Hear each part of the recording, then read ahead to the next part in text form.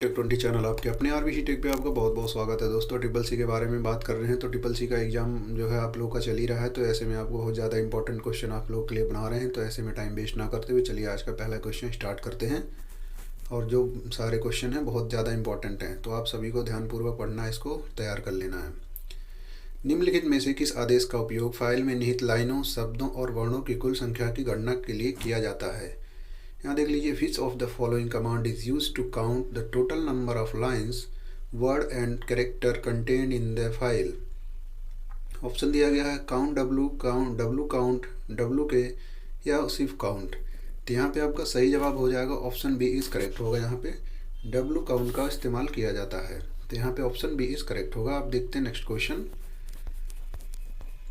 निम्नलिखित में से द्वितीयक भंडारण कौन सा है? Which of the following is a secondary storage. यहाँ पे आपको बताना है कि सेकेंडरी स्टोरेज कौन सा होता है हमारा, रोम, रैम, ईपी रोम या एसडीडी। तो यहाँ हो जाएगा आपका हार्ड डिस्क ड्राइव होता है एसडीडी। सेकेंड रोम होता है जो है सेकेंडरी स्टोरेज कहा जाता है हार्ड डिस्क को, हार्ड डिस्क ड्राइव। रोम का होता है रीड ओनली मेमोरी, रैम का होता है रैंडम एक्सेस मेमोरी और ईपी रोम होता है electronic programmable read only memory. तो यहाँ पे हो जाएगा आपका option D is correct.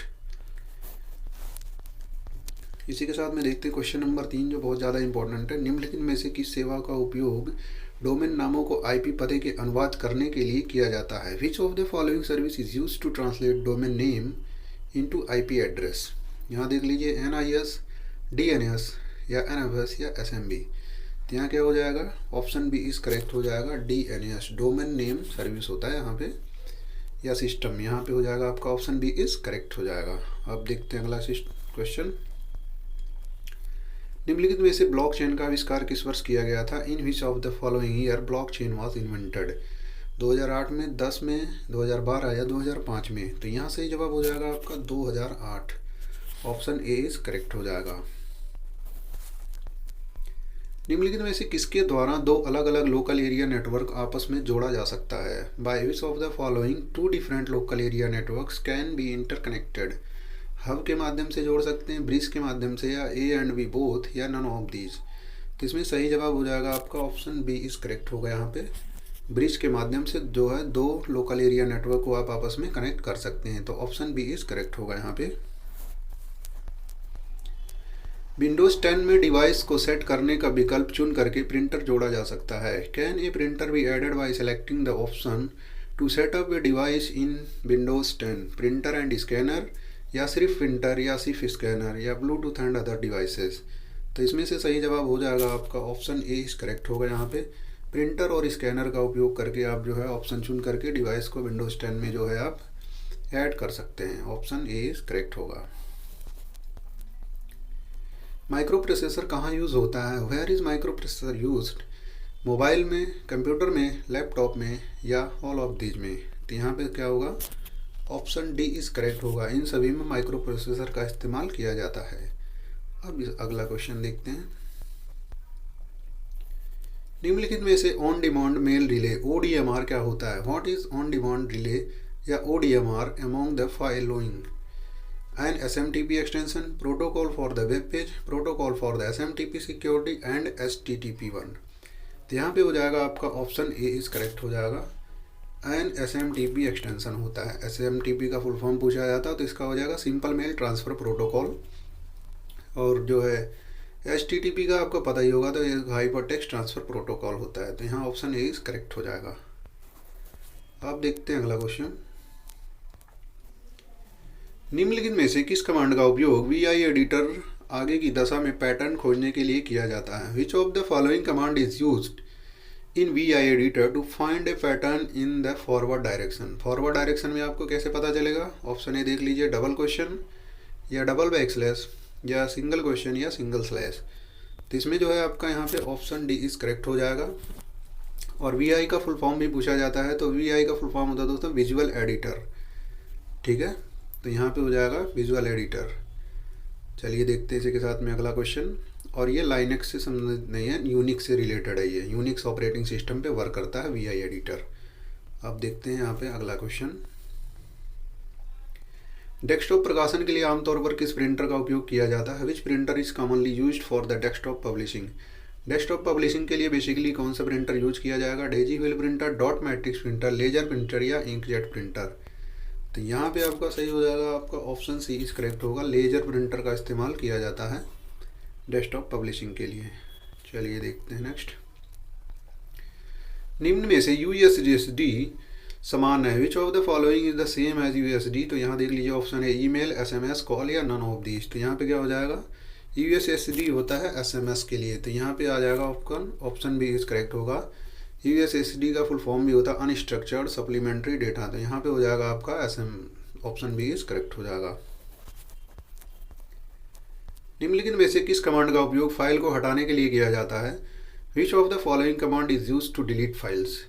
DM, RM, delete या इरेज। तो यहाँ पे हो जाएगा आपका ऑप्शन बी इज करेक्ट होगा। आरएम कमांड का किया जाता है रिमूव डायरेक्टरी करने के लिए, तो या रिमूव फाइल करने के लिए, डिलीट फाइल के लिए। तो ऑप्शन बी इज करेक्ट हो जाएगा, आरएम कमांड।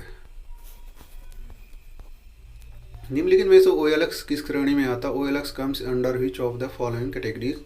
B2C, C2B या C2C या B2B। तो यहाँ हो जाएगा आपका ऑप्शन सी इज करेक्ट हो जाएगा, C2C, कंज्यूमर टू कंज्यूमर जो है OLX इसी की श्रेणी में आता है। तो ऑप्शन सी इज करेक्ट होगा। अभी देखते हैं अगला क्वेश्चन। निम्न में से कौन सा लिब्रे ऑफिस कैल्क का वैध ऑपरेटर का प्रकार नहीं है?